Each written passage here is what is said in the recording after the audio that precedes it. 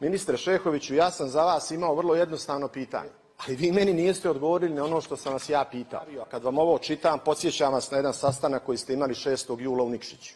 Ukoliko bi se u javnosti pojavio neki dokaz, javni dokaz, da ste vi ili neko od vaših najbližih saradnika učestvovali u obećavanju zapošljavanja, koristeći vašu funkciju ministra prosvjete, a za uzvrat tražena neka politička protivusluga, biste li pokazali javnu odgovornost, ja bih je recimo od vas očekivao, i povukli se sa pozicije ministra prosvjete? Dakle, polako te, što bi rekao tužilac Katnić, a tužilac Katnić je vrlo čest drug, odnosno oni su česti gosti kod njega.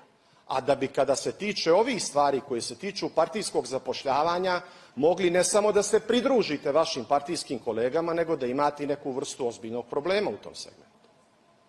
Moje pitanje je bilo vrlo jednostavno. I vi ste, po mom sudu, trebali da kažete, ukoliko bi se pojavio neki javni relevantan dokaz, ja bih se povukao kao neko ko je mlad, obrazovan, prosperitetan. Da, ja to nisam radio, ako bi se to kojim slučajem desilo, ja odmah podnosim ostavku. Društvo, partijsko, u kojem vi šedite, više priliči da šedi u tužilaštvu nego u Skupštini i u Vladi. I da vam još jednu stvar da kažem. Bilo bi racionalnije po vas, čak mislim i po vas lično, da ne zaliježete toliko, ministra Šehoviću, za stvari koje se ne mogu odbraniti. Jer vi možda ne pripadate takvoj strukturi. Strukturi koja je češće u tužilaštvu nego u Skupštini.